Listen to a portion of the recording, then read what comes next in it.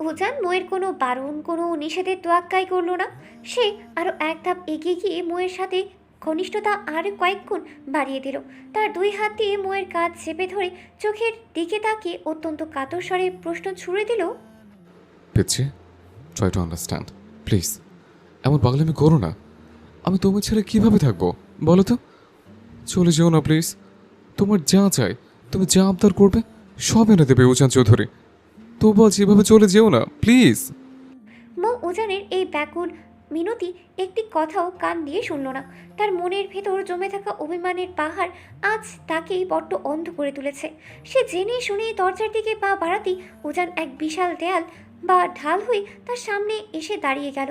মো ওপাশ দিয়ে যাওয়ার অনেক চেষ্টা করলো, কিন্তু যখন দেখলো সব চেষ্টা বৃথা যাচ্ছে, তখন সে নিজের জেদ ধরে রাখতে এক অভাবনীয় কাণ্ড করলো। নিজের গায়ের বেনারসি শাড়ির আঁচলটা কোমরে শক্ত করে গুঁজে নিয়ে সে নিজের সর্বশক্তি দিয়ে উজানকে এক ধাক্কা দিল। কিন্তু উজান মোয়ের সেই পুতুলের মতো ধাক্কায় এক চুল পরিমাণও নিজের জায়গা থেকে সরল না। উল্টো সে মোয়ের দুটো হাত নিজের শক্ত মুঠোয় শক্ত করে আঁকড়ে ধরে রাখলো। ঠিক তখনই মোয়ের বাবা দীর্ঘ পা ফেলে তাদের সামনে এসে দাঁড়ালেন। নিজে শ্বশুর মশাইকে সামনে দেখে উজান চট করে মোয়ের হাত ছেড়ে দিয়ে সোজা হয়ে দাঁড়িয়ে একগাল হেসে বিনয়ের স্বরে সালাম ঠুকলো। আসসালামু আলাইকুম শ্বশুর আব্বা। মৌয়ের বাবা জামাতার এই আকস্মিক রূপ দেখে মনে মনে বেশ চমকালেন। ছেলেটি ঝড়ের গতিতে ঘরে এলো কখন, ভাঙচুর করলো কখন, আর এখন এমন সাধু সেজে সালাম দিচ্ছে। তিনি নিজের গাম্ভীর্য বজায় রেখে সোজা সাপটা বলতে লাগলেন, উজান বাবা, আমি একজন অত্যন্ত স্পষ্টবাদী মানুষ। আমি সত্যি আগে জানতাম না যে তুমি আমার এই মেয়েটাকে সম্পূর্ণ অনিচ্ছায় আর পরিস্থিতির চাপে পড়ে বিয়ে করেছো। মনে রেখো বাবা, আমার মেয়ে আমার মাথার বোঝা নয়, ও আমার মাথার মুকুট। আর আমি বেঁচে থাকতে কখনোই আমার মুকুটের সম্মানহানি হতে দেব না। আমার মেয়েটাকে তোমার মনে নাই ধরতে পারে, কিন্তু ভালোবাসাহীন এক ছাদের নিচে অবহেলায় যে ওকে তোমার কাছে ফেলে রাখবো, আমি তেমন আমি তেমন বাবা নই। আমার মেয়ের পুরো ভবিষ্যৎ এখনও সামনে পড়ে আছে। তাই এখন আমি নিজের অধিকারেই আমার মেয়েটাকে নিয়ে যাচ্ছি। আমি চাই না আমার মেয়ের জীবনটা তোমার এই অবহেলা আর উদাসীনতার জন্য অকালে শেষ হয়ে যাক। ভালো থেকো তুমি।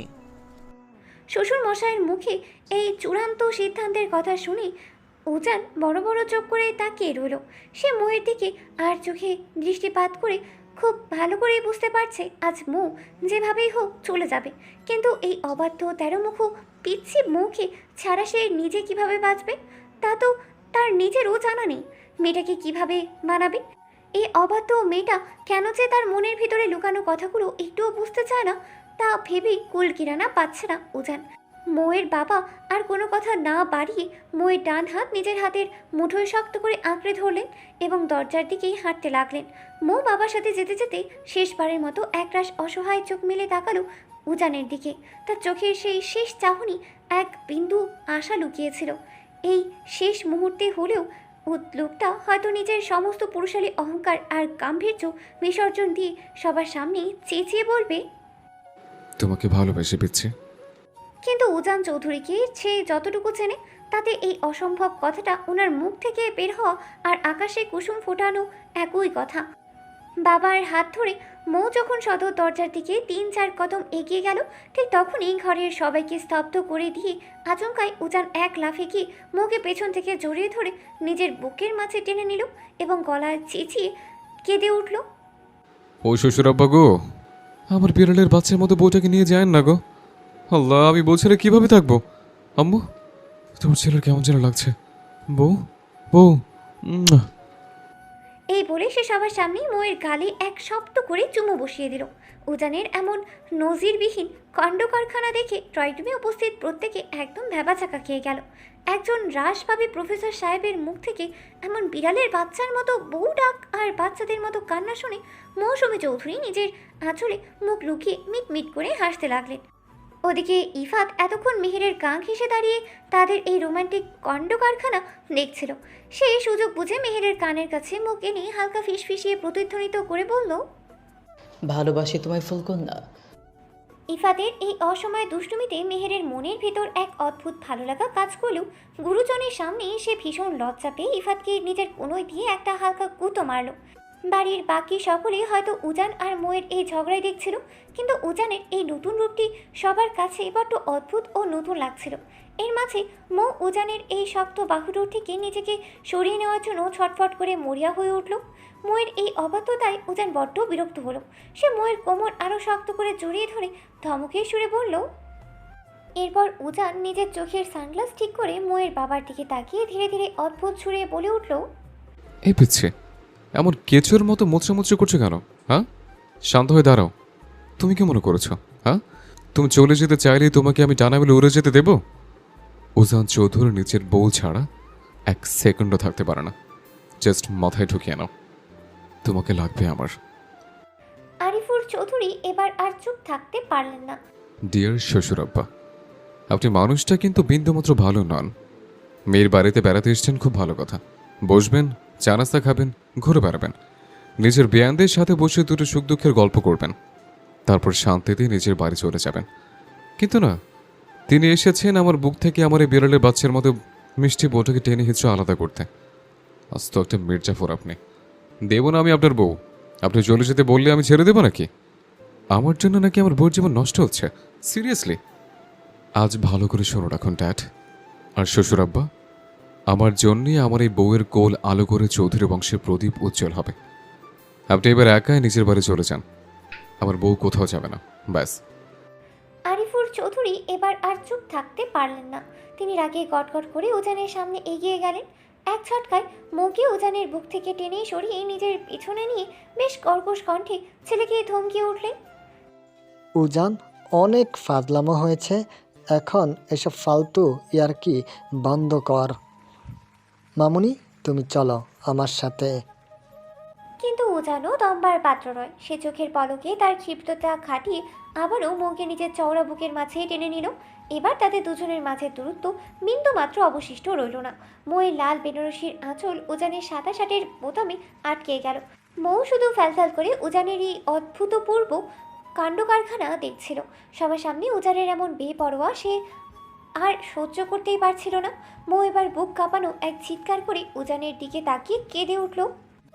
ছাড়ুন আমায় নির্লজ্জ পুরুষ। থাকবো না আমি আপনার মতো এক নিষ্ঠুর মানুষের সাথে। করবো না আমি আপনার এই ছাইপার সংসার। মুখে যখন কোনোদিন নিজের বউ বলে সম্মান দিতে পারে না, তাহলে আমি কিসের লোভে কেন এই বাড়িতে পড়ে থাকবো? হ্যাঁ, থাকবো না আমি একটু। আপনি তো ভালোই বাসেন না আমায়, তাহলে আজ কিসের অধিকার এভাবে পথ আটকে দাঁড়িয়েছেন? আবু চলো তুমি, ওনাকে ওনার ইগো নিয়ে একলা থাকতে দাও। যাকে ভালোবাসে তাকে নিয়েই থাকুক সে। মৌ এবার নিজের জমানো সবটুকু শক্তি দিয়ে এক সজোরে ধাক্কা মেরে উজানের বুক থেকে নিজেকে ছাড়িয়ে নিল। তার দু চোখ বেয়ে তখন উন্তা অশ্রু যারা অবাধে গড়িয়ে পড়ছে। এতক্ষণ তার মনে খানিকটা শেষ আশা ছিল, হয়তো মানুষটা তাকে সত্যিই নিজের করেই চায়। তবে এখন সে স্পষ্ট বুঝতে পারছে এই মানুষটা তাকে কেবল একটা দায়িত্বর খাতিরে আটকে রাখতে চায়, মন থেকে কোনোদিনও চায়নি। তাই ওনার জীবনে জোর করে মায়া বাড়িয়ে থাকার আর কোনো মানেই হয় না। মৌ নিজের ব্যাগটা টেনে নিয়ে দরজার দিকে এক পা বাড়াতে চাইল। ঠিক তখনই এক বুক ফাটানো আকুলতা বজ্রকঠিন শব্দের মতো তার কানে এসে বাজল। পিচ্ছি প্লিজ, আমি এভাবে একা ফেলে চলে যেও না। মৌয়ের পা দুটো সঙ্গে সঙ্গে থমকে গেল, ঠিক যেন মেঝের সাথে লেপ্টে গেল। তার অবাধ্য পা দুটো আর এক কদমও সামনে এগোতেই চাইছে না। মনের এক কোণ থেকে এক গোপন মায়া ফিসফিস করে বলে উঠল। ভালোবাসা ছাড়াও তো কত সম্পর্ক টিকে থাকে, তবুও তুই কেন থেকে যাচ্ছিস না? কিন্তু পরক্ষণেই তার তীব্র আত্মসম্মান বোধ আর মস্তিষ্ক তাকে তীব্রভাবে বাধা দিয়ে বলল। যেখানে কোনো ভালোবাসাই নেই সেখানে জোর করে ঘর বাঁধা একদম অসম্ভব।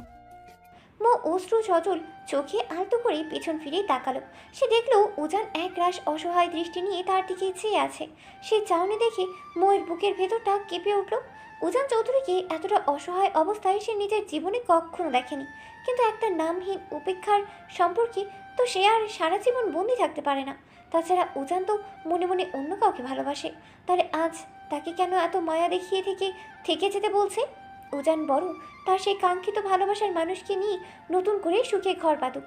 মৌ নিজের দুই চোখের নোনা জলটুকু হাত দিয়ে মুছে ঠোঁটের করে এক ছেলেতে বিষণ্ণ মুচকি হাসি ফুটিয়ে তুলল। এমন করে অবুঝের মতো বলছেন কেন প্রফেসর সাহেব? আমি আপনার জীবন থেকে চিরতরে চলে যাচ্ছি। এতে তো আজ আপনার সবচেয়ে বেশি খুশি হওয়ার কথা। আপনার পথে কাটা তো দূর হলো, আপনি এখন কোনো বাধা ছাড়াই আপনার সেই পুরনো ভালোবাসাকে নিজের করে পাবেন। তাকে নিয়ে মনের মতো করে নতুন সংসার সাজাতে পারবেন। তাহলে আজ আমার জন্য কিসের এত আকুতি? কিসের এত লোক দেখানো নাটক আপনার? আমি কখনোই আপনার জীবনের বোঝা হয়ে থাকতে চাইনি। আর না চেয়েছি আপনাকে কোনো কষ্ট দিতে। আমি জানি এই কয়দিনে আপনাকে বড্ড বেশি জ্বালাতন করেছি আমি। তার জন্য আমি সরি, সত্যিই সরি। কথা দিচ্ছি আর কখনো আপনাকে কোনোদিনও আপনাকে বিরক্ত করতে এই চৌধুরী বাড়ি আসবো না আমি। অনেক ভালো থাকবেন আপনি। মৌ নিজের মুখের কথা শেষ করে উল্টো করে সদর দরজার দিকে চূড়ান্ত পা বাড়ালো। সে যেই মাত্র এক কদম এগিয়ে গেল, ঠিক তখনই ঘরের সবাইকে স্তম্ভিত করে দিয়ে বিদ্যুৎ গতিতে উজান ছুটে গিয়ে সরাসরি মৌয়ের সামনে হাঁটু গেড়ে বসে পড়ল। আচমকা এই কাণ্ডে নিজের অজান্তেই মৌয়ের লাল শাড়ির পায়ের পাতাটা উজানের সুগঠিত হাঁটুতে গিয়ে ঠেকল। উজান মৌয়ের দিকে পরম আবেশে মাথা নিচু করে সামান্য ঝুঁকে পড়ল। তারপর নিজের পকেট থেকে জাদুকরের মতো এক ডায়মন্ডের আংটি বের করে ময়ূর চোখের সামনে তুলে ধরল। তার চোখ দুটো তখন ভালোবাসার গভীর নেশায় বুঁদ হয়ে আছে।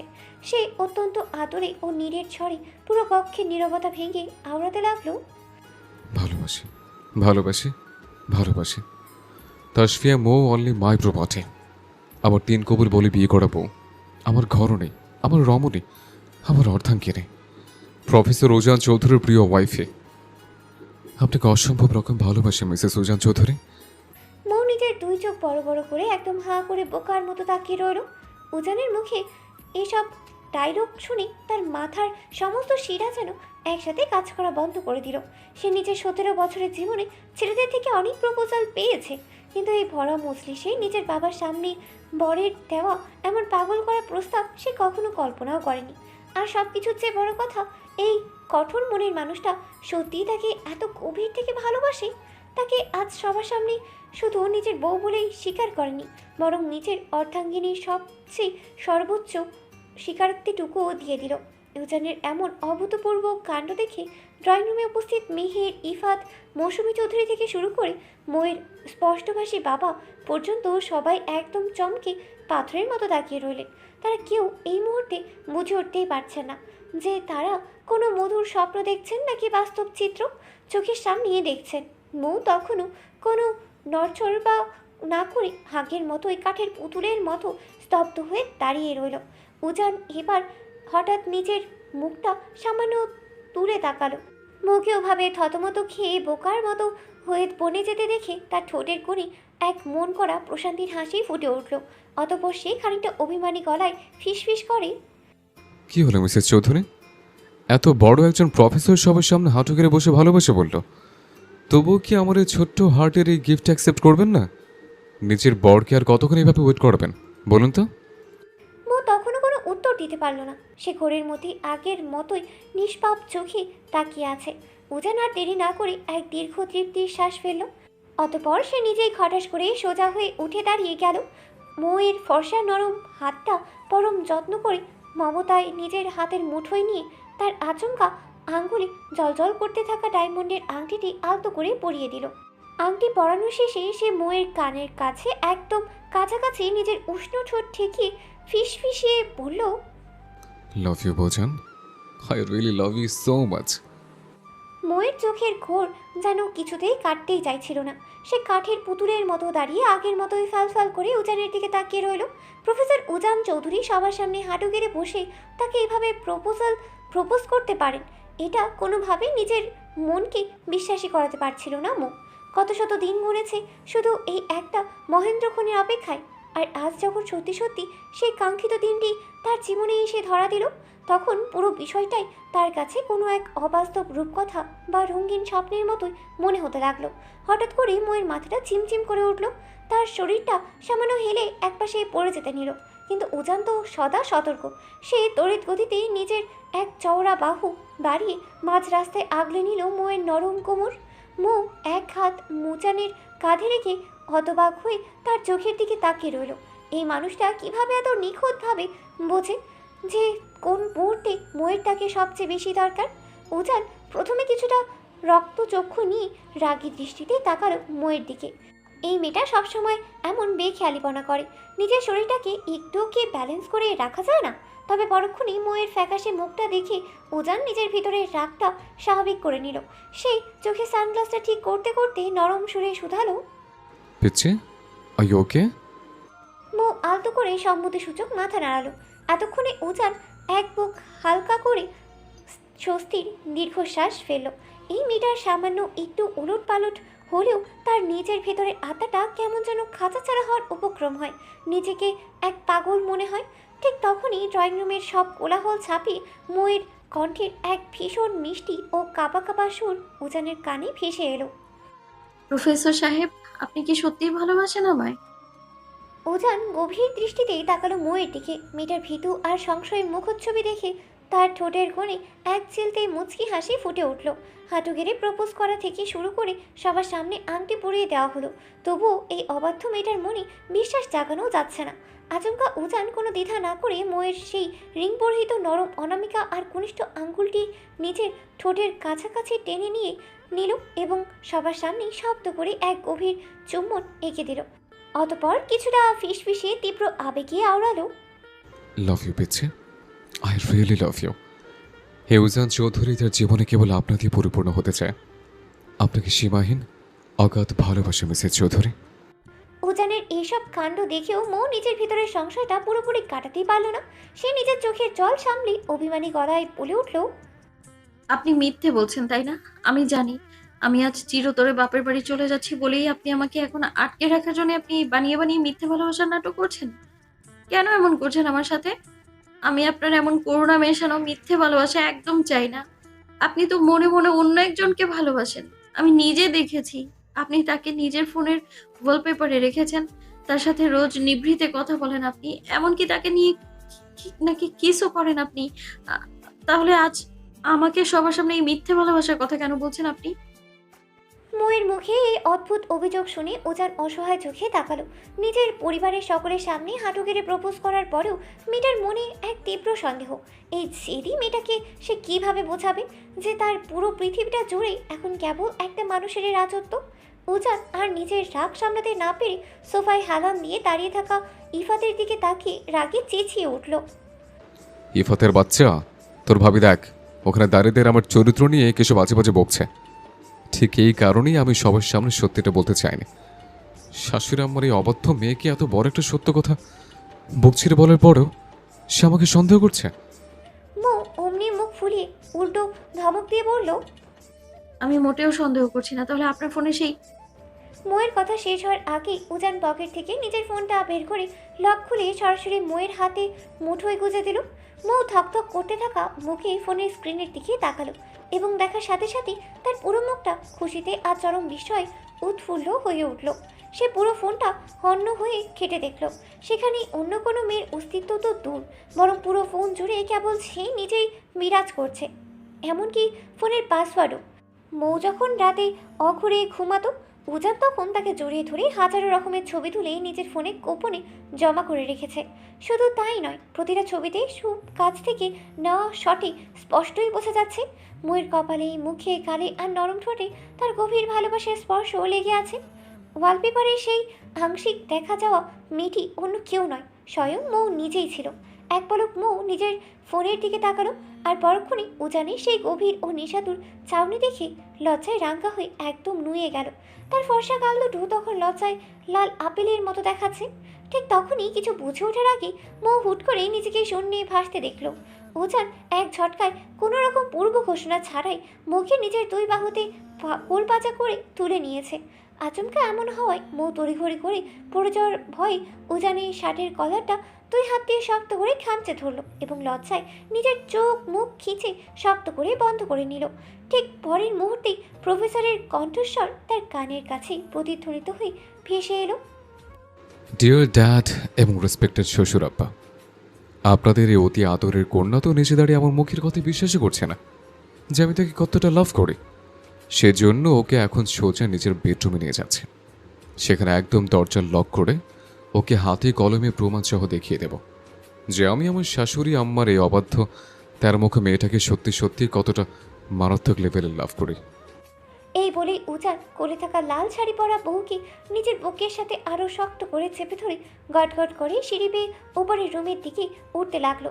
ওদিকে নিচ থেকে ইফাত তাদের এই রোমান্টিক প্রস্থান দেখে আর নিজেকে সামলাতে পারল না। সে তাদের নিচে আঙ্গুল চেপে এক জোরে ও দীর্ঘ শীষ বাঁচিয়ে উঠল। উজান মুখে নিজের দুই বাহুতে পরম যত্নে জড়িয়ে ধরে রুমে নিয়ে এলো। দরজাটা সামান্য আটকে দিয়ে সে মুখে আলতো করে বিছানায় নরম বেডশিটের ওপর বসিয়ে দিল। মৌ তখনও লজ্জায় নিজের চোখ দুটো বন্ধ করে হৃৎপিণ্ডে দ্রুত উঠানামা টের পাচ্ছিল, কিন্তু সে কিছু বুঝে ওঠার বা নিজেকে সামনে নেওয়ার আগেই উজান ধীর পায়ে এসে সরাসরি মৌয়ের কোলের ওপর নিজের মাথাটা রেখে শুয়ে পড়ল। শুধু তাই নয়, গভীর এক ভালোবাসার টানে সে মৌয়ের লাল বেনারসি শাড়ির সামান্য সরে যাওয়া উন্মুক্ত পেটে নিজের মুখটা গভীর আবেশে গুজে দিল। উজানের ঠোঁটে সেই অতর্কিত ও উষ্ণ ছোঁয়ার সঙ্গে সঙ্গে তীব্রভাবে কেঁপে উঠল মুখ। এক অদ্ভুত অনামদিত এবং মাদকতাময় শিহরণ মুহূর্তের মধ্যে বয়ে গেল তার পুরো শরীর জুড়ে। পেটের ভিতরের কষিয়ে কষিয়ে এক অদ্ভুত অনুভূতির সৃষ্টি হলো। ময়ের এমন কাঁপাকাঁপি আর অপ্রস্তুত আচরণ টের পেয়ে উজান মুখ খুলে তার দিকে তাকিয়ে এক ছেলতে দুষ্টুমি ভরা হাসি হাসল। তারপর আবারও পেটের নরম চামড়ায় মুখ গুজে দিয়ে নিজের নাক দিয়ে আলতো করে ঘষতে লাগলো। এবার মৌ আর নিজেকে ধরে রাখতে পারল না। সে বিদ্যুৎ গতিতে এক ঝটকায় নিজেকে উজানের কাছ থেকে সরিয়ে বিছানায় অন্য পাশে অন্য কোণে গিয়ে বসল। উজান এবার বিছানার অপর পাশে সোজা হয়ে বসল। সে বড় বড় পা ফেলে আবারও ময়ের একদম কাছাকাছি এসে বসল এবং তাদের মধ্যকার ঘনিষ্ঠতা কয়েক গুণ বাড়িয়ে দিল। এখন দুজনের মাঝে চুল পরিমাণ দূরত্বেরও কোনো অস্তিত্ব নেই। মৌ তখনও লজ্জায় আর আবেশে নিজের চোখ দুটো শক্ত করে বন্ধ করে রেখেছে। উজান মুচকি হেসে নিজের দাড়ি ভরা শক্ত মুখটা ময়ের ফর্সা নরম গালে আলতো করে ঘষতে ঘষতে মাদকতাময় স্বরেই বলতে লাগলো, ভালোবাসি। তা নিজের মুখে এতবার বলার পরেও আমায় প্রমাণ করতে দিচ্ছেন না কেন মিসেস চৌধুরী? আপনি যদি এভাবে ছটফট করে বারবার দূরে সরে যান, তবে আমি কিভাবে প্রুফ করব যে আমি অনলি আপনারই, কেবলই আপনার প্রফেসর সাহেব? মৌ চোখ পিটপিট করে ধীর লয় তাকালো উজানের দিকে। উজানের এই মৃদু উষ্ণ স্পর্শ আর গায়ের তীব্র পুরুষালী পারফিউমের সুবাস আর ভীষণ অস্তিত্ব ও এক অদ্ভুত মিশ্রিত অনুভূতি হচ্ছিল। সে এক তীব্র নেশায় জগৎ থেকে নিজেকে বাঁচাতে তার থেকে দূরে সরে আসতে চাইল, কিন্তু উজান তাকে বিন্দুমাত্র ছাড় দেওয়ার পাত্র নয়। সে এক হাত দিয়ে ময়ের সরু কোমরটা আরও শক্ত করে আঁকড়ে ধরে নিজের চওড়া বুকের সাথে একদম মিশিয়ে নিল। উজান এত জোরে তাকে চেপে ধরেছে যে ময়ের দম বন্ধ হওয়ার উপক্রম হলো। সে হাঁসফাঁস করতে করতে মিনতি সুরে বলল, একটু দূরে যান না প্লিজ। উজান ময়ের মুখের দিকে না তাকিয়ে নিজের চোখে তীব্র নিষাক্ত দৃষ্টি দেওয়া ওই লাল টকটকে ঠোঁটের ওপর স্থির রেখে উত্তর দিল, এমন পচা কথা একদম মুখে আনবেন না মিসেস চৌধুরী। অনেকগুলো রাত আপনার থেকে দূরে থেকেছি, বাট আর একটা সেকেন্ডও নয়। উজান চৌধুরী এখন থেকে প্রতিটা মুহূর্তে আপনার সাথে এভাবে মিশে থাকবে। আমাদের মাঝে আর কোনোদিন চুল পরিমাণ দূরত্ব রাখার সুযোগ দেবে না। মৌ পুরোপুরি স্তব্ধ হয়ে গেল। তার বুকের ভেতরটা যেন কোনো এক অচেনা ভয়ে থকথক করতে লাগলো। উজানের এমন তীব্র অধিকার বোধের কথা শুনে তার ছোট্ট শরীরটা বারবার মৃদু কাঁপুনি দিয়ে উঠছে। এর মাঝে প্রফেসরের কণ্ঠ দেখে এক তীব্র আপত্তির স্বর ভেসে এলো, আপনি কি আজ আমার নিজের সাথে মার্ডার করতে চান মিসেস চৌধুরী? এই সময় এমন অপসরের মতো লাল টুকটুকে নতুন বউ সেজে আমার সামনে আসতে কে বলেছিল? হ্যাঁ, আপনি জানেন না? আপনার এই লাল শাড়ির রূপের সামনে উজান চৌধুরী কতটা ডেসপারেট হয়ে পড়ে। সে তার এই মিষ্টি বউকে লাল বেনারসিতে এভাবে দেখে কোনোভাবেই নিজেকে স্বাভাবিক রাখতে পারছে না। তার বড্ড ইচ্ছে করছে এই মুহূর্তে আপনাকে নিজের করে পুরোপুরি পেয়ে যেতে। এখন কি হবে বলুন তো মিসেস চৌধুরী? মৌ লজ্জায় একদম নিশ্চুপ হয়ে রইল। তার বুকের ভেতর থকথক করে কেঁপে উঠছে বারবার। উজান তার টাকুর টাকুর চোখের দিকে তাকিয়ে মনে মনে একটা পরিকল্পনা করে মুচকি হাসলো। সে বুঝতে পারছিল মেয়েটা বড্ড ঘাবড়ে গেছে, তাকে কিছুটা সময় দেওয়া দরকার। তাই সে মৃদু হেসে আওড়ালো, মিসেস চৌধুরী, রোমান্স তো সারা রাত ধরে হবে। তার আগে আমার জন্য এক গ্লাস ঠান্ডা পানি নিয়ে আসুন, গলাটা বড্ড শুকিয়ে গেছে। পানির কথা শোনা মাত্রই মৌ যেন খাঁচা ছাড়া পাখির মতো প্রাণ ফিরে পেল। সে এক সেকেন্ডও দেরি না করে তড়িঘড়ি করে বেড থেকে নেমে তড়িৎ গতিতে কক্ষ ত্যাগ করলো। তাকেও ভাবে ভয়ের চোটে দৌড়ে পালিয়ে যেতে দেখে উজান নিজের রুমের ভেতরেই শব্দ করে হো হো করে হেসে উঠল। ময়ের মনে সে চরম অস্বস্তি আর লজ্জার কাজ করছে। এটা উজান খুব ভালো করে বুঝতে পেরেছে। সে আপাতত বিছানায় আরাম করে হেলান দিয়ে একটা বড় বড় শ্বাস ফেলে নিজের উত্তাল হয়ে ওঠা শরীর ও মনকে কিছুটা স্বাভাবিক করে নিল। কিছুক্ষণ পর মৌ ডাইনিং রুম থেকে এক গ্লাস ঠান্ডা পানি নিয়ে ধীর পায়ে উজানের সামনে এসে দাঁড়ালো। উজান এক পলক তার রাঙ্গা মুখের দিকে তাকিয়ে ময়ের হাত থেকে পানির গ্লাসটা নিয়ে এক চুমুকে পুরোটা খেয়ে নিল। পানি খাওয়া শেষ হতেই গ্লাসটা টেবিলের উপর রেখে সে আবারও এক টান মেরে মৌকে নিচের শক্ত বুকের উপর ফেলে দিল। মৌ কিছু বুঝে ওঠার আগেই উজান ওনার মসৃণ থুতনিতে নিজের ঠোঁট ছোঁয়ালো এবং ফিস ফিস করেই বলল, লাভ ইউ মাই ওয়াইফি। মৌ উজানের বুকে মিশে থেকেই নিজের ঘাড়টা সামান্য বাঁকিয়ে উজানের মুখের দিকে তাকালো। আর ঠিক তখনই তার ছোট্ট মাথায় এক চরম দুষ্টু বুদ্ধি খেলে গেল। সে নিজের ফর্সা আঙ্গুলগুলো দিয়ে উজানের ডান হাতের আঙ্গুলের ভাঁজে আঙ্গুল চালিয়ে মিটিমিটি হেসে আদুরে গলায় বলল, এই খুশিতে তাহলে প্রশ্ন আউট করে দিন। উজানের মুখে স্বাভাবিক ভাব এক নিমিষেই উধাও হয়ে গেল। সে একদম চমকে গিয়ে বিষম খাওয়ার মতো করে ময়ের দিকে তাকালো। এই মেয়েটা যে এত বড় একটা গভীর আবেগময় আর স্পর্শকাতর মুহূর্তেও পড়াশোনা আর পরীক্ষার প্রশ্ন আউট করার মতো ফালতু কথা বলতে পারে তা তার কল্পনারও অতীত ছিল। একজন প্রফেসরের সামনে এসে প্রশ্ন ফাঁসের আবদার। উজান ময়ের দিকে তাকিয়ে রাগে নিজের দাঁতে দাঁত চেপে কর্কশ কণ্ঠেই বলে উঠল, কুত্তার লেজ আর শাশুড়ি মেয়ে কোনোদিন সোজা হবে না। শতান চেমড়ে দূরে গিয়ে মর, আসছে প্রশ্ন আউট করতে। হ্যাঁ। উজানের মুখ থেকে কুত্তার লেজ আর মর শব্দ দুটো শোনা মাত্রই ময়ের ভেতরের অভিমানী চণ্ডী রূপটা আবারও জেগে উঠল। সে এক ঝটকায় উজানের বুক থেকে উঠে তার সামনে গিয়ে শটান দাঁড়িয়ে গেল। নিজের দুই হাতে নিজের কোমরটা শক্ত করে চেপে ধরে অত্যন্ত চড়া ও কর্কশ কণ্ঠে আওড়ালো, কি বলেন আপনি? আপনি আমাকে একটা কুত্তার লেজের সাথে তুলনা করলেন প্রফেসর সাহেব, তাই আবার ডিরেক্টলি তুই বলে সম্বোধন করলেন, আবার আমায় মরতেও বললেন। ওকে ফাইন, থাকবো না আমি আপনার মতো এমন খিটখিটে এক বুড়ো মানুষের সাথে, করবো না আমি আপনার সংসার। আমি আজই এক্ষুনি বাবা বাড়ি চলে যাচ্ছি। এই বলে মৌ রাগে গটগট করে এক কদম এগিয়ে যেতেই উজান নিজের বিছানা থেকে বিদ্যুৎ গতিতে নেমে এসে এক টানে মৌয়ের হাত শক্ত করে ধরে ফেলল। তার চোখে তখন একরাশ চরম অসহায়তা। সে কাচমাচু মুখ করেই বলে, সরি পিচ্ছি, প্লিজ শান্ত হও। আমি ওভাবে মন থেকে বলতে চাইনি, ওটা জাস্ট কথার কথা ছিল। ব্যাস, রাগ করো না বউ, প্লিজ। কথার কথা মানেটা কি? আমি সামান্য একটা প্রশ্ন আউট করে দিতে বলেছি বলে আপনি আমাকে কুত্তার সাথে তুলনা করে মরতে বলছেন, আর এখন বলছেন এটা কথার কথা? থাকবো না আমি আপনার সাথে, আপনি কথার কথা নিয়েই থাকুন। মৌ প্রচণ্ড রাগান্বিত হয়ে মুখ ফুলিয়ে কথাগুলো বলল। তবে তার এই ছোট্ট অভিমানী ও বিষণ্ণ মুখখানা দেখে এবার উজানে নিজের প্রতি এক তীব্র ক্ষোভ ও অনুশোচনা জমা হতে লাগলো। সে খুব ভালো করেই জানে যে মেয়েটা প্রচণ্ড সেন্সিটিভ। সামান্য একটু এদিক ওদিক হলেই ওনার চোখে শ্রাবণের ধারা নেমে আসে। তবুও সে কেন যে মেয়েটাকে বারবার হাট করে ফেলে তা সে নিজেও জানে না। অতপর উজান নিজের সমস্ত গাম্ভীর্য বিসর্জন দিয়ে মাথা নত করে বড্ড আকুতি ভরা স্বরেই বলল, প্লিজ ট্রাই টু আন্ডারস্ট্যান্ড আমার পিচ্ছি বউ। আমি সত্যি তোমাকে এভাবে কষ্ট দিতে চাইনি। আচ্ছা, আম রিয়েলি সরি। এর পানিশমেন্ট হিসেবে আজ মাঝরাতে তোমাকে নিয়ে আমি লং বাইক রাইডিংয়ে যাব, কেমন? এবার তো রাগটা কমাও। উজানের মুখে বাইক রাইডিংয়ের কথা শোনা মাত্রই ময়ের চোখ দুটো চকচক করে উঠল। সে এক লাফে তার কাছাকাছি এসে শুধালো, সত্যি বলছেন? কখন নিয়ে যাবেন? এখনই নিয়ে চলুন না প্লিজ। ময়ের মলিন মুখে এমন এক চিলতে খুশির হাসির রেশ দেখেই উজানের বুকের ভেতরটা খানিকটা শীতল হয়ে এলো। এই চঞ্চল মেয়েটাকে সব সময় এমন হাস্যোজ্জ্বল দেখতেই তার সবচেয়ে বেশি ভালো লাগে। আচমকা উজান কোনো সুযোগ না দিয়ে ময়ের কোমরটা নিজের বাহুডোরে শক্ত করে আঁকড়ে ধরলো এবং তার কানের কাছে মুখ নিয়ে ফিস ফিস করে আওড়ালো, বাইক রাইডিংয়ে তো নিশ্চয় নিয়ে যাবো জান, তবে তার আগে আমাকে স্টিমে করিয়ে দাও দেখি। মৌ উজানের মতলবটা পুরোপুরি বুঝে ওঠার আগেই উজান ক্ষুধার্ত চাতকের মতো ময়ের ওই নরম রাঙ্গা ঠোঁটের ওপর ঝাঁপিয়ে পড়ল। মৌ প্রথমে অপ্রস্তুত হয়ে উজানের এই শক্ত বাঁধন থেকে নিজেকে ছাড়িয়ে নেওয়ার জন্য আপ্রাণ চেষ্টা করতে লাগলো, কিন্তু তার লোহার মতো শক্ত বাহুর সামনে তার এই পুতুলের মতো শক্তি বিন্দুমাত্র টিকল না। উজান নিজের গভীর ও তীব্র চুম্বনের আবেশে মৌকে পুরোপুরি রাঙিয়ে তুলতে লাগলো।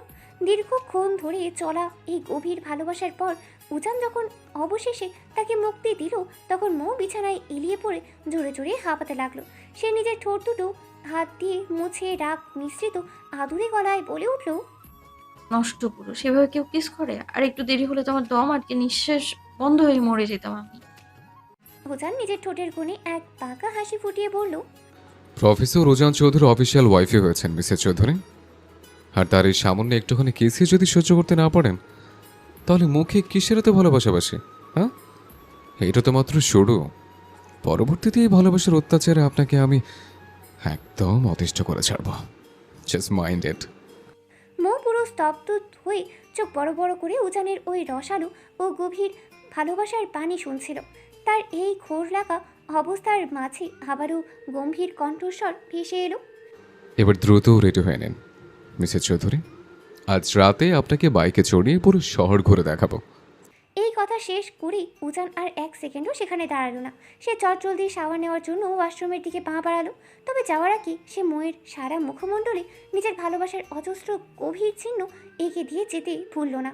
প্রায় ঘন্টাখানিক পর উজান ওয়াশরুম থেকে ফ্রেশ হয়ে বেরিয়ে এলো এবং তারপর মৌ নিজের শাওয়ার নিতে গেল। উজান নিজের রুমে ঢুকে দ্রুত একটা ক্যাজুয়াল পোশাক পরে রেডি হয়ে নিয়ে ধীর পায়ে নিজের ডাইনিং টেবিলের দিকে এগিয়ে গেল। উজানকে সিঁড়ি বেয়ে নিচে নামতে দেখে ডাইনিংয়ে রুমে বসে থাকা আরিফুর চৌধুরী নিজের চায়ের কাপটা রেখে ঠোঁটের কোণে মুচকি হাসলেন। ওনার এই গম্ভীর ছেলেটার মনে যে পিচ্চি মৌয়ের জন্য এত গভীর অনুভূতি আর পাগলামি লুকিয়েছিল তা তিনি নিজে একজন জন্মদাতা বাবা হয়েও এতদিন বিন্দুমাত্র টের পাননি। অতপর তিনি পরম স্নেহে উজানকে নিজের কাছে ডাকলেন। উজান এদিকে আয় তো বাপ।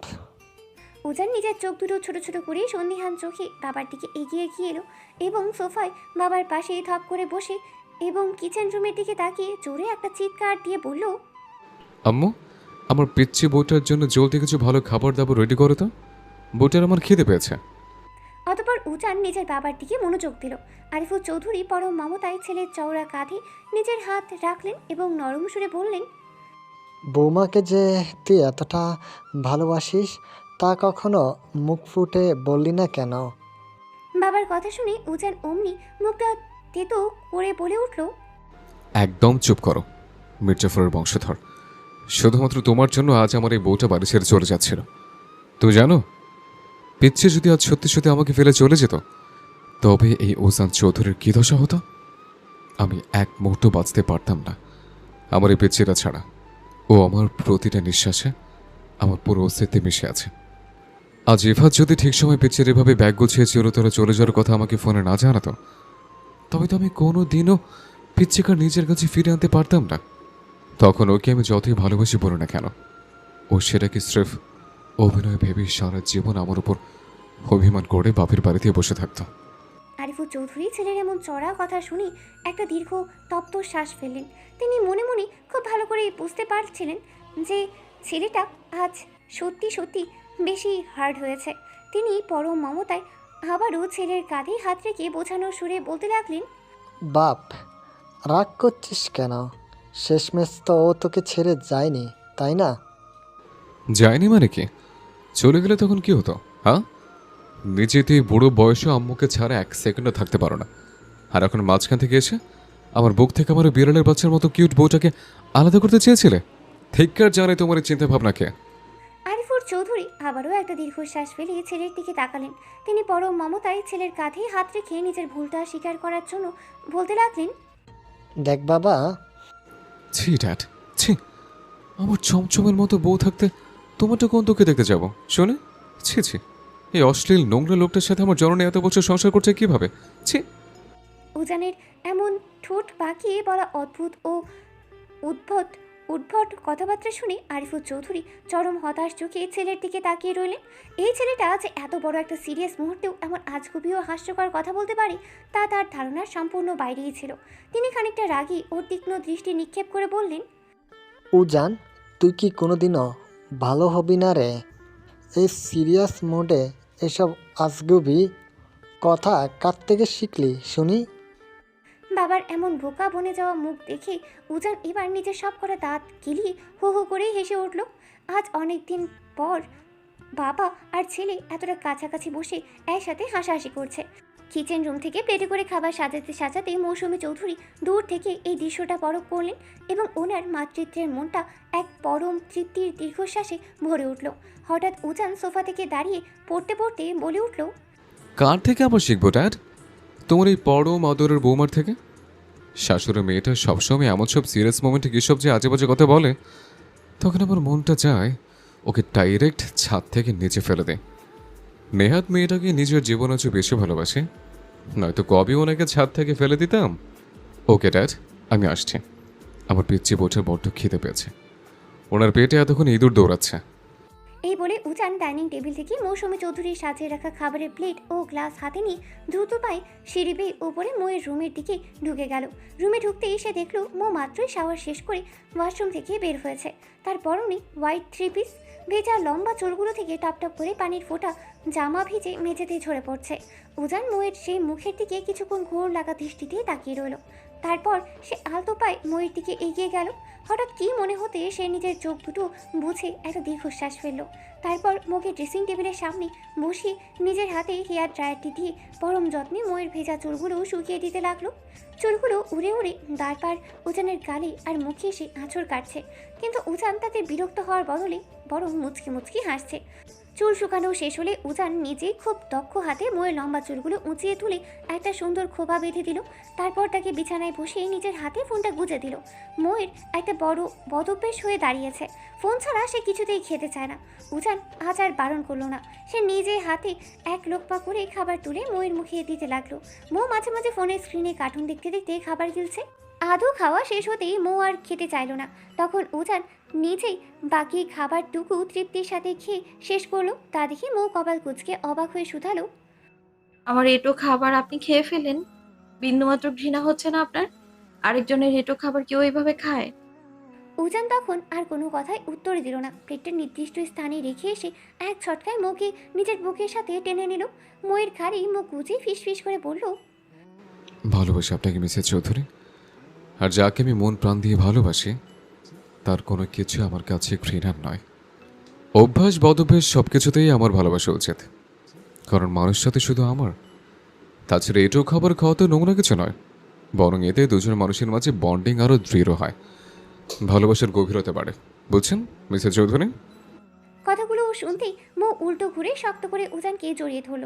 আজ সে সত্যি গর্বিত, তার বেছে নেওয়া মানুষটি খাঁটি, তার ভালোবাসার মানুষটিকে চিনিয়ে নিতে সে কোনো ভুল করেনি। মোয়ের এই ছোট্ট পাগলামি দেখে উজান শব্দ করে হেসে উঠল। বেশ কিছুক্ষণ পরে তারা দুজনে বেরিয়ে পড়ল সেই কাঙ্ক্ষিত বাইক রাইডিংয়ে। গভীর রাত, চারিদিকে নিঝুম পরিবেশ, শহরটা রাজপথ এখন অনেকটাই ফাঁকা। মাঝে মাঝে কেবল দুই একটি গাড়ির হেডলাইট জ্বলে উঠছে। মোয়ের বাইকে চড়তে বেশি ভালো লাগে, আর উজান সেটা জানে বলেই আজ তাকে নিয়ে এসেছে। মো পেছন থেকে শক্ত করে উজানের প্রশস্ত বুকটা জড়িয়ে ধরে আছে। চারপাশ থেকে ঝড়ো হাওয়া শোষক শব্দে তাদের গা ছুঁয়ে শীতলতা ছড়িয়ে দিচ্ছে। উজান মেয়েটার নিরাপত্তা নিয়ে কোনো ঝুঁকি নিতে চায় না, তাই মোয়ের মাথায় একটা হেলমেট পরিয়ে দিয়েছে। বাইকের গতি কিছুটা কমিয়ে উজান আদরে গলায় শুধালো, পেচ্ছি বউ, কেমন ফিল হচ্ছে? মো আনন্দে চোখ বন্ধ করে বলে, জাস্ট ওয়াও! ভাষায় প্রকাশ করার মতো নয় প্রফেসর সাহেব। আপনি এত ভালো কেন বলুন তো? উজান বাঁকা হাসলো। ভালো তো আমি বটেই, তবে এখন একটু খারাপ হতে দিও যান। শুধু আকাশ বাতাস ফিল নিলে চলবে? স্পেশালি আমাকে ফিল করতে হবে না? মোয়ের প্রফুল্ল মুখটা মুহূর্তে লজ্জায় রাঙ্গা হয়ে উঠল। সে লজ্জায় উজানের পিঠে একটা কিল বসিয়ে দিল। এমন পচা কথা বলে আমি কিন্তু আর কখনো আপনার সাথে আসবো না। কোলে উঠে আসতে চাইছো সেটা ডিরেক্ট বললেই তো পারো, এভাবে ঘুরিয়ে পেঁচিয়ে বলার কি দরকার জান? হোসেন চৌধুরী অলওয়েজ তোমাকে সামলানোর ক্ষমতা রাখে। মো এবার লজ্জা পাওয়ার বদলে রাগে বেলুনের মতো চুপসে গেল। সে দু হাতে উজানের পেটে একের পর এক চিমটি কাটতে লাগলো। উজান ব্যথায় কুকুরে গিয়েও শব্দ করে হেসে বলল, আউচ পিচ্ছি, প্লিজ এখন থামো। ট্রাস্ট মি, বাসায় গিয়ে শুধু চিমটি নয়, কিস টিস যা ইচ্ছা করতে পারো। হোসেন চৌধুরী একদম কিচ্ছু বলবে না, কিন্তু এখন রাস্তায় একটু শান্ত হয়ে বসো। পিছিয়ে বউটাকে এই মুহূর্তটা ফিল করতে দাও। মো কিছুক্ষণ চুপচাপ রইল। উজান অবাক হলো, মেয়েটা তো এত সহজে শান্ত হওয়ার পাত্রী নয়। সে ঘাড় বাঁকিয়ে পিছনে ফিরে তাকালো, দেখলো মো পরম শান্তিতে তার পিঠের ওপর মাথা রেখে গভীর ঘুমে তলিয়ে আছে। এভাবে বাইকের গতির মাঝেও যে কেউ ঘুমিয়ে পড়তে পারে তা উজানের ধারণার বাইরে ছিল। উজান এক হাত দিয়ে পিছনে থেকে মুখে শক্ত করে জড়িয়ে ধরলো, যাতে ঘুমের ঘরেও মেয়েটা পড়ে না যায়। তারপর বাইকের মোড় ঘুরিয়ে সে দ্রুত গতিতে গন্তব্যের দিকে অর্থাৎ চৌধুরী বাড়ির দিকে রওনা দিল। দেখতে দেখতে কেটে গেছে দীর্ঘ 2 সপ্তাহ। এই 2 সপ্তাহের পর অবশেষে মৌ এবং মেহেরের সব পরীক্ষা শেষ হলো। পরীক্ষা শেষ হলেও মেহেরের মনটা বিষণ্ণ। মোটামুটি পরীক্ষা দিলেও রেজাল্ট কেমন হবে তা নিয়ে সে ভীষণ টেনশনে ভুগছে। অন্যদিকে মৌয়ের সমীকরণ সম্পূর্ণ ভিন্ন। পরীক্ষা কেমন হয়েছে সেটা একমাত্র মৌ আর উপরওয়ালাই জানে। 2-1টা প্রশ্ন মেহেরের ইশারায় লিখলেও বাকিটা নিজের খেয়াল খুশি মতোই লিখে এসেছে সে।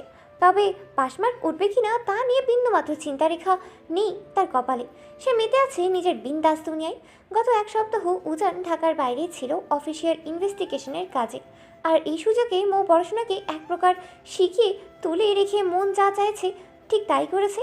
এর পরিণতি সামনে কী হতে পারে তা নিয়ে বিন্দুমাত্র দ্বিধা বা ভয় নেই তার মনে। সন্ধ্যার দিকে উজান ফিরে এসে মৌকে নিয়ে শপিংয়ে বের হলো। বাইরে ঘুরোঘুরি আর খাওয়া দাওয়া শেষ করে বাসায় ফিরতে ফিরতে তাদের বেশ রাত হবে। মৌ চেয়েছিল মেহেরকেও সাথে করে নিয়ে যেতে, কিন্তু মেহের অন্য ধাতুতে করা। সে কখনোই কারো ব্যক্তিগত সময় বা প্রাইভেসি নষ্ট করতে চায় না। তাই মাথা ব্যথার অজুহাত দিয়ে সে বাসায় থেকে গেল। মেহেরের এই পরিপক্কতা ইফাতকে বারবার মুগ্ধ করে। মেয়েটা অদ্ভুত সুন্দরভাবে বুঝে কখন কাকে কতটা স্পেস বা প্রাইভেসি দেওয়া উচিত। এদিকে ইফাতও জরুরি কিছু কাজে উজানদের সাথেই বাইরে বের হয়েছে। চারিদিকের এই নীরবতায় মেহেরের বড্ড একাকী আর একঘেয়ে লাগছিল। নিজেকে একটু হালকা করতে সে এসে বসলো ছাদের দোলনাটায়। বুকের ভেতরের কাল বৈশাখী ঠিক তখনই প্রাকৃতিক রূপ বদলাতে শুরু করলো। পুরো আকাশ ঘন কালো মেঘে ঢেকে গিয়েছে। খানিক বাদে বাদে তীব্র আলোয় বিদ্যুৎ চমকাচ্ছে, কিন্তু আকাশের এই রুদ্রমূর্তি মেহেরকে বিন্দুমাত্র স্পর্শ করতে পারছিল না। কারণ প্রকৃতির এই ঝড়ের চেয়েও শতগুণ তীব্র এক কালবৈশাখী ঝড় বয়ে চলছিল তার নিজের ভেতরে। আজকে ইফাতকে তার জীবনের অতীতটা বলতেই হবে, কিন্তু বুকের ভেতর থেকে যেন সমস্ত সাহস উবে যাচ্ছে। একটা অজানা আশঙ্কা, আতঙ্ক তাকে গ্রাস করছে। মানুষটা যদি সব সত্য জানার পর তাকে ভুল বোঝে, যদি চিরকালের জন্য তার জীবন থেকে হারিয়ে যায়। কতগুলো ভাবতেই মেহেরের 2 চোখ বেয়ে নোনা জল গড়িয়ে পড়লো। মাথাটা ঝিমঝিম করছে। কোনো কিছু চিন্তা করার শক্তিও যেন হারিয়ে ফেলেছে সে। নিজের জীবনে এর আগে অনেক বড় বড় ঝড় সে একা হাতে সামনে এসেছে, কিন্তু আজ সামান্য অতীতটা প্রকাশ করতে গিয়ে তার বুকটা দুরু দুরু কাঁপছে। বুকের ভেতর যেন এক প্রলয়ঙ্কারী টর্নেডো আছড়ে পড়েছে।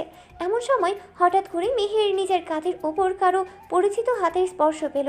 ভয়ে স্পর্শটা পেতেই মেহের তড়িৎ গতিতে ছিটকে সরে এলো। আতঙ্কে চোখ দুটো বড় বড় হয়ে উঠলেও সামনে ইফাতকে দাঁড়িয়ে থাকতে দেখে তার বুক থেকে এক দীর্ঘশ্বাস নেমে গেল। খানিকটা স্বস্তি পেল সে। ইফাত মুচকি হেসে মেহেরের গা ঘেঁষে দোলনায় বসলো। পকেট থেকে একটা কিটক্যাট চকলেট বের করে মেহেরের দিকে বাড়িয়ে দিল সে। কিন্তু আজ মেহেরের হাত দুটো যেন অবশ। চকলেটটা নেওয়ার মতো সাহসে সঞ্চয় করতেই পারল না। উল্টো সে ইফাতের থেকে বেশ খানিকটা দূরত্ব বজায় রেখেই বসলো। ইফাত ব্যাপারটা খেয়াল করলো। সে নিজেও মেহেরের দেওয়া দূরত্বটুকু বজায় রেখে বসলো। তবে তার মুখে লেগে রইল সেই চেনা একগাল হাসি। সেই যেই হাসিতে যেন প্রতিধ্বনিত হলো তার গভীর ভালোবাসা। মিস থেকে মিসেস চৌধুরী হতে চলেছেন, তবুও এত কিসের ভয়? ইফাত চৌধুরীকে আপনি কেন ভয় পাবেন বলুন তো? বরং ইফাত চৌধুরী নিজেই আপনাকে ভয় পাবে। আপনার সব কথা অক্ষরে অক্ষরে মেনে চলবে। আপনার সকল আবদার পূরণ করবে সে। আপনার হাতের ইশারায় চলবে। আপনি থেকে খুব দ্রুতই তুমিতে আবদ্ধ করবে নিজেকে। আর এখনও যদি এমন পাগলামি করেন তাহলে কিভাবে হয় বলুন তো? আপনাকে তো আগেই বলেছিলাম, ইফাত চৌধুরী বড্ড অধৈর্যশীল একজন পুরুষ। সে দুনিয়ার সবার কাছে ধৈর্য ধরে রাখতে পারলেও তার শখের নারীর কাছে বড্ড দুর্বল, বড্ড অসহায়। মেহের মন্ত্রমুগ্ধের মতো প্রতিটা কথা শুনছিল। মানুষটার প্রতিটি শব্দের ভাঁজে ভাঁজে কত তীব্র আকাঙ্ক্ষা আর ভালোবাসা লুকিয়ে আছে। কিন্তু মেহেরের বিবেক তাকে দংশন করছে। সে কিভাবে এই মানুষটাকে ঠকাবে? সে তো ইফাতকে ভালোবাসে, আর ভালোবাসার মানুষটাকে কখনো ঠকানো যায় না। এই অপরাধ বোধ থেকেই গত 4 দিন ধরে সে ইফাতকে এড়িয়ে চলছে, ক্রমাগত অ্যাভয়েড করে যাচ্ছে। মেহের ভেবেছিল অবহেলা পেয়ে এবার অন্তত ইফাত নিজে থেকে দূরত্ব বজায় রাখবে। মেহের নামের কোনো নারী যে তার জীবনে এসেছিল হয়তো তা ভুলে যাবে। কিন্তু মেহেরের সেই ভাবনায় সম্পূর্ণ ভুল প্রমাণিত হলো। মেহেরের গত 4 দিন কথা না বললেও ইফাতের শেষ বার্তাটা ছিল স্পষ্ট ও ধারালো। আমাকে অ্যাভয়েড করার ফল কি জানো? সোজা বউ বানিয়ে ঘরে তুলব। ইফাত চৌধুরী সব সহ্য করতে পারলেও শখের নারীর অবহেলা সহ্য করতে পারে না। জাস্ট রেডি থাকো পানিশমেন্ট পাওয়ার জন্য। রিপিট, ইফাত চৌধুরী যেমন তার শখের নারীকে সব উজাড় করে ভালোবাসতে পারে, ঠিক তেমনই আঘাতও করতে পারে। জাস্ট ওয়েট অ্যান্ড সে। অভিমানের অবসান, সেই কথার গভীরতা মেহের বুঝেছিল, কিন্তু পরিস্থিতির কাছে সে ছিল নিরুপায়। দোলনায় বসে মেহের তখনও চকলেটটা হাতে নিচ্ছিল না, তখন ইফাতের ধৈর্যের বাঁধ ভাঙল। সে প্রচণ্ড রাগে নিজের ফোন আর হাতের চকলেটটা দূরে ছুঁড়ে মারল। শূন্য ছাদের মাঝে সেই তীব্র শব্দে মেহের হকচকিয়ে উঠল, কেঁপে উঠল তার পুরো শরীর। পাশ ফিরে ইফাতের রাগান্বিত থমথমে মুখটা দেখে মেহেরের গলার ভেতরটা শুকিয়ে এলো। সে ঢোক গিলে নিজের ভয়টা আড়াল করার চেষ্টা করলো।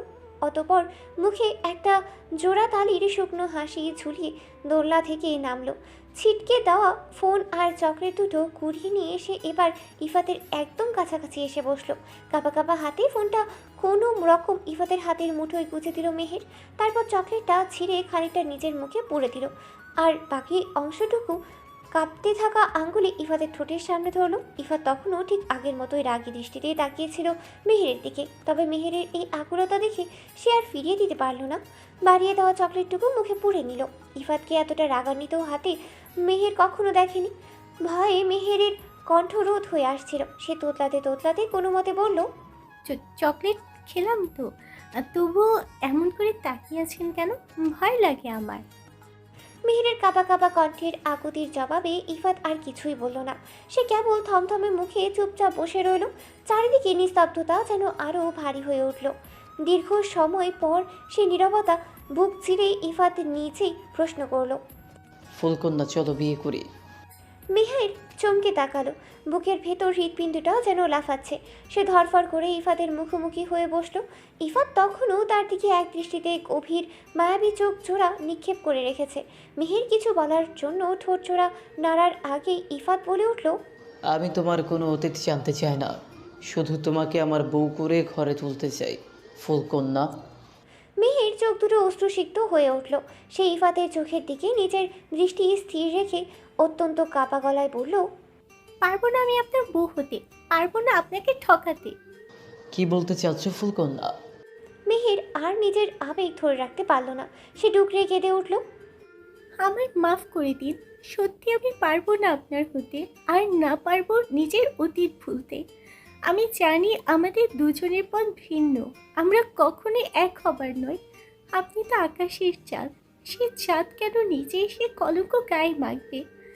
আমরা এখন যেমন আছি তেমন বেস্ট ফ্রেন্ড হয়ে থাকি প্লিজ।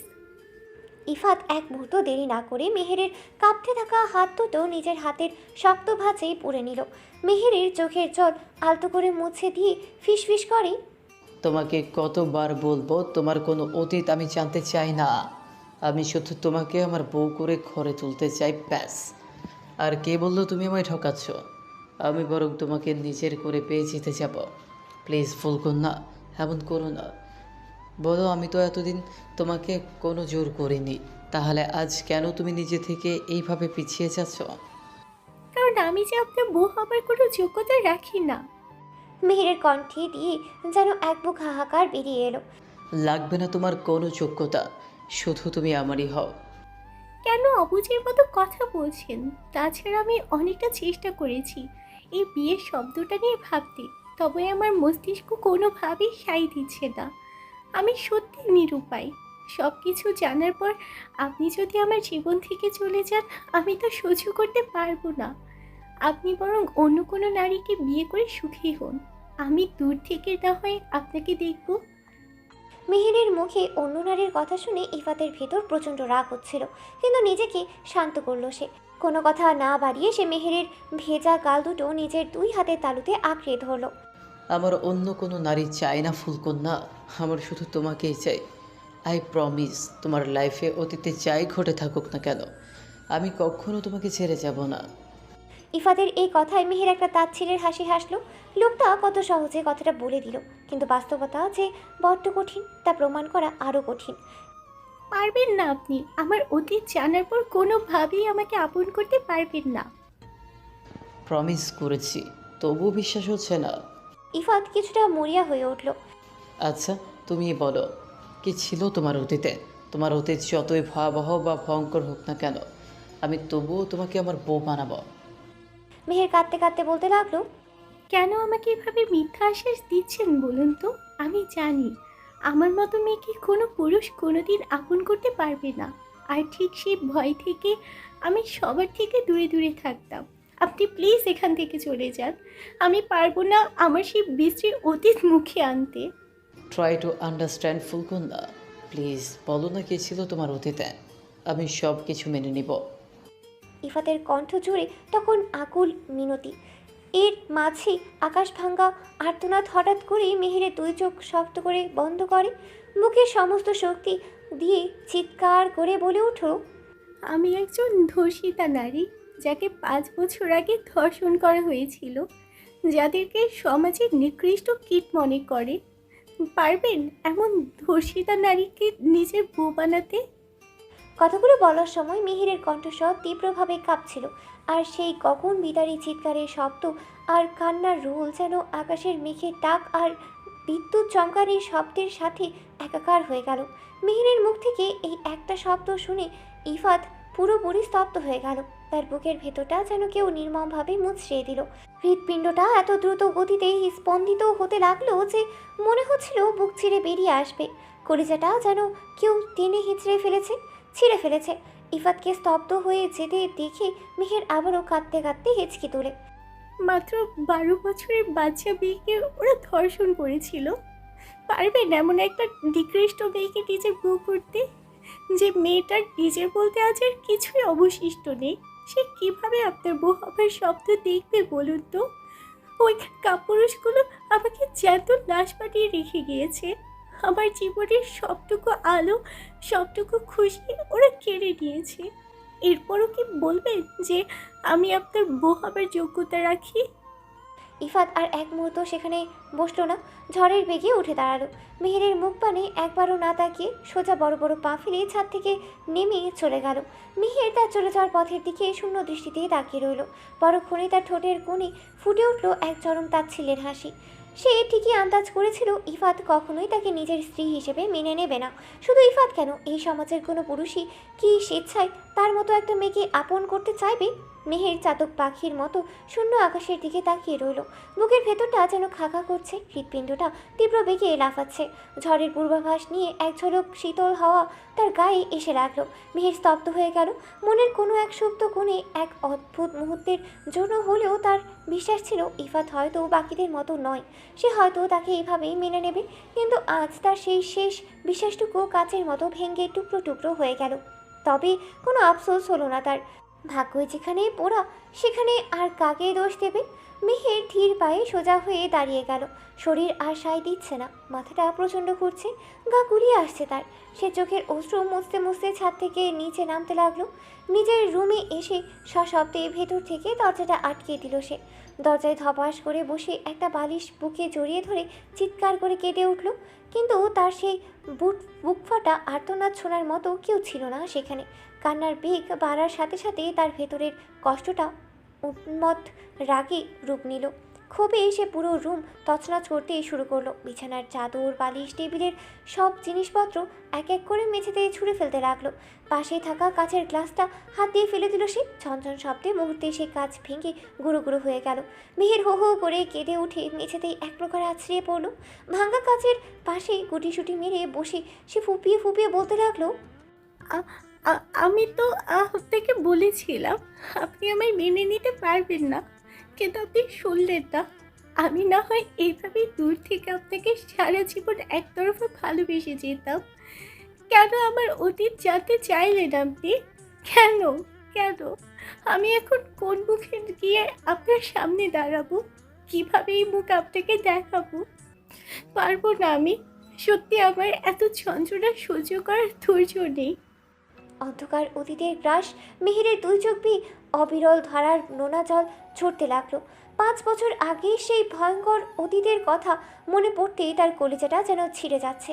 সে নিজের চুল নিজেই টেনে ধরে পাগলের মতো ডুকরে কেঁদে উঠল। মেহের, তুই কেন পারলি না নিজেকে পবিত্র রাখতে?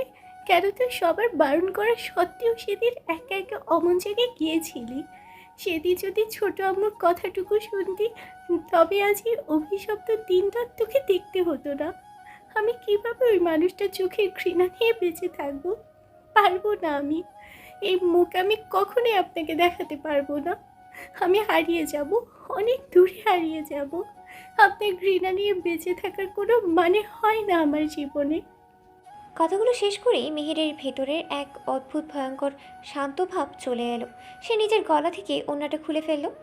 চটজলদি বিছানার ওপর দাঁড়িয়ে সিলিং ফ্যানের সাথে শক্ত করে ওড়নাটা বেঁধে নিল সে। এরপর টেবিল থেকে ইফাতের একটা ছবিসহ অ্যালবাম টেনে নিয়ে শেষবারের মতো বুকের সাথে শক্ত করে জড়িয়ে ধরল। ছবির ইফাতের মুখে আলতো করে চুমু এঁকে দিল। আপনি এমন কেন? কি মায়া আছে আপনার মাঝে? যে মেয়েটা নিজের সাথে নিজে কখনো বিয়ে না করার প্রমিস করেছিল, অথচ আপনি আমার লাইফে এসে সেই কঠিন প্রমিসটাও এক লিপতে ভেঙে দিয়েছে।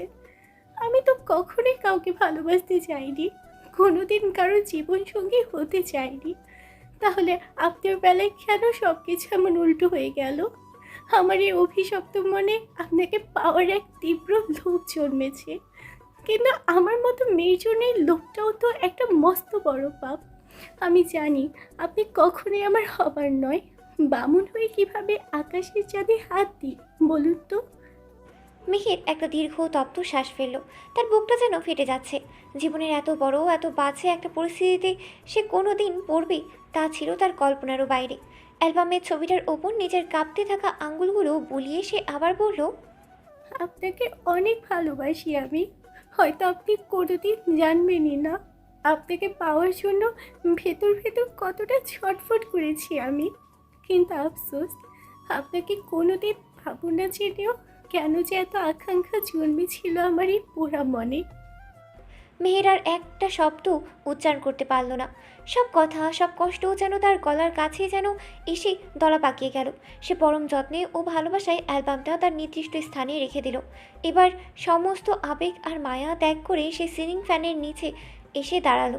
শেষবারের মতো সিলিং ফ্যানের দিকে তাকালো। তারপর ফিসফিসিয়ে বলল, আমাকে মাফ করে দেবেন আমার না হওয়া পুরুষ। আপনাকে বড্ড বেশি ভালোবাসি। এই তাজদুবা মেঘের দুনিয়ার সব কষ্ট সহ্য করতে পারলেও আপনার চোখের ঘৃণাপূর্ণ চাহনি সহ্য করার ক্ষমতা তার নেই। তাই চিরকালের জন্য সবাইকে মুক্তি দিয়ে গেলাম। শেষ মুহূর্তের আকস্মিকতা মেহের থিট পায়ে ফ্যানের নিচে রাখা টুলটার উপর এসে গিয়ে দাঁড়ালো। গলায় ওনার ফাঁসিটা পেঁচিয়ে সে যেই নিজের শরীরটাকে শূন্যে ঝুরিয়ে দিতে যাবে, ঠিক তখনই কোনো কিছু বুঝে ওঠার আগেই এক তীব্র আঘাতে দরজা ভেঙে গেল। আর ঝড়ের বেগে ভিতরে এসে ঢুকলো ইফাত। ইফাত ভিতরে ঢুকে মেহেরের এমন মারাত্মক কাণ্ড দেখেই তার পায়ের তলার মাটি যেন সরে গেল। সে আর কোনো কিছু ভাবার বা দেখার সময় নিল না। চিলের মতো ছুটে গিয়ে এক হ্যাঁচকায় মেহেরকে ফ্যানের নিচ থেকে টেনে নামালো। চোখের পলকে তাকে নিজের বুকের মাঝে শক্ত করে জড়িয়ে ধরল সে। ইফাতের চেনা বুকের ওম পেতে মেহেরের এতক্ষণে চেপে রাখা সমস্ত বাঁধ ভাঙ্গা গেল। সে তাকে দু হাতে আঁকড়ে ধরে ডুকরে কেঁদে উঠল। ইফাত ছাদ থেকে চলে যাওয়ার পর যখন আবারও ছাদে ফিরে মেহেরকে দেখতে পায়নি, তখনই তার মন এক অজানা আশঙ্কায় কু ডেকে উঠছিল। সে বিদ্যুৎ গতিতে মেহেরের রুমের সামনেই ছুটে আসে, কিন্তু রুমের ভেতর থেকে আটকানো দেখে সে বারবার মেহেরকে ডেকেছিল। মেহের ভিতরের ঝড়ে এতটাই মগ্ন ছিল যে বাইরের কোনো আওয়াজ তার কান পর্যন্ত পৌঁছায়নি। নিরুপায় হয়ে ইফাত সজোরে লাথি মেরে দরজা ভেঙে রুমে ঢোকে। আর মাত্র একটা সেকেন্ড দেরি হলে আজ কী লঙ্কা কাণ্ড ঘটে যেত তা ভাবতে গিয়ে ইফাতের গায়ে লোম শিউরে উঠছে। সে মেহেরকে বুকের সাথে আরও তীব্রভাবে পিষে ধরে কাঁপা কাঁপা গলায় বলতে লাগলো, এটা কি করতে চাচ্ছিলে ফুলকন্যা? তুমি বুঝতে পারছো আজ তোমার কিছু হয়ে গেলে আমার কি হতো? কিভাবে নিজেকে ক্ষমা করতাম আমি? মেহের কাঁদতে কাঁদতেই বলল, আমি পারবো না আপনাকে ছাড়া বাঁচতে, সত্যি পারবো না। আমি তো আপনাকে আগেই বলেছিলাম আপনি মেনে নিতে পারবেন না আমায়, কিন্তু আপনি আমার কথা শুনলেন না কেন? এখন আমার কি হবে? বলতে বলতে মেহের হঠাৎ করেই এক ঝটকায় ইফাতকে নিজের বুক থেকে ধাক্কা দিয়ে সরিয়ে দিল। সে আবারও বিছানার দিকে ছুটে যেতে চাইল। ইফাত শক্ত করে তার হাত চেপে ধরলেও মেহের আজ অবাধ্য। সে ছটফট করতে করতে চিৎকার করে উঠল, ছাড়ুন আমায়। আমি আপনার চোখের ওই ঘৃণিত চাহনি সহ্য করতে পারবো না। তার চেয়ে আমি মরেই যাব। মেহেরের মুখে মৃত্যুর কথা শুনে এবং তার এমন উন্মাদনা দেখে ইফাত নিজের ওপর নিয়ন্ত্রণ হারিয়ে ফেলল। সে আর নিতেই পারল না, ঠাস করে পরপর দুটো থাপ্পড় বসিয়ে দিল মেহেরের গালে। মুহূর্তের মধ্যেই পুরো রুম নিস্তব্ধ হয়ে গেল। থাপ্পড়ের আকস্মিকতায় মেহের এক নিমিষেই শান্ত হয়ে গেল। সে গালে হাত দিয়ে অশ্রুসিক্ত অবিশ্বাসের দৃষ্টিতে ইফাতের দিকে তাকিয়ে রইল। এদিকে মেহেরের শান্ত মুখটার দিকে তাকিয়ে ইফাতের নিজের প্রতি তীব্র ঘৃণা হতে লাগলো। সে রাগের মাথায় মেহেরের গায়ে হাত তুলেছে। অনুশোচনায় দগ্ধ হয়ে ইফাত নিজেই মেহেরের চোখের জল মুছে দিল। তারপর পরম মায়ায় তার গাল দুটো নিজের হাতের আঁচলায় ভরে নিল।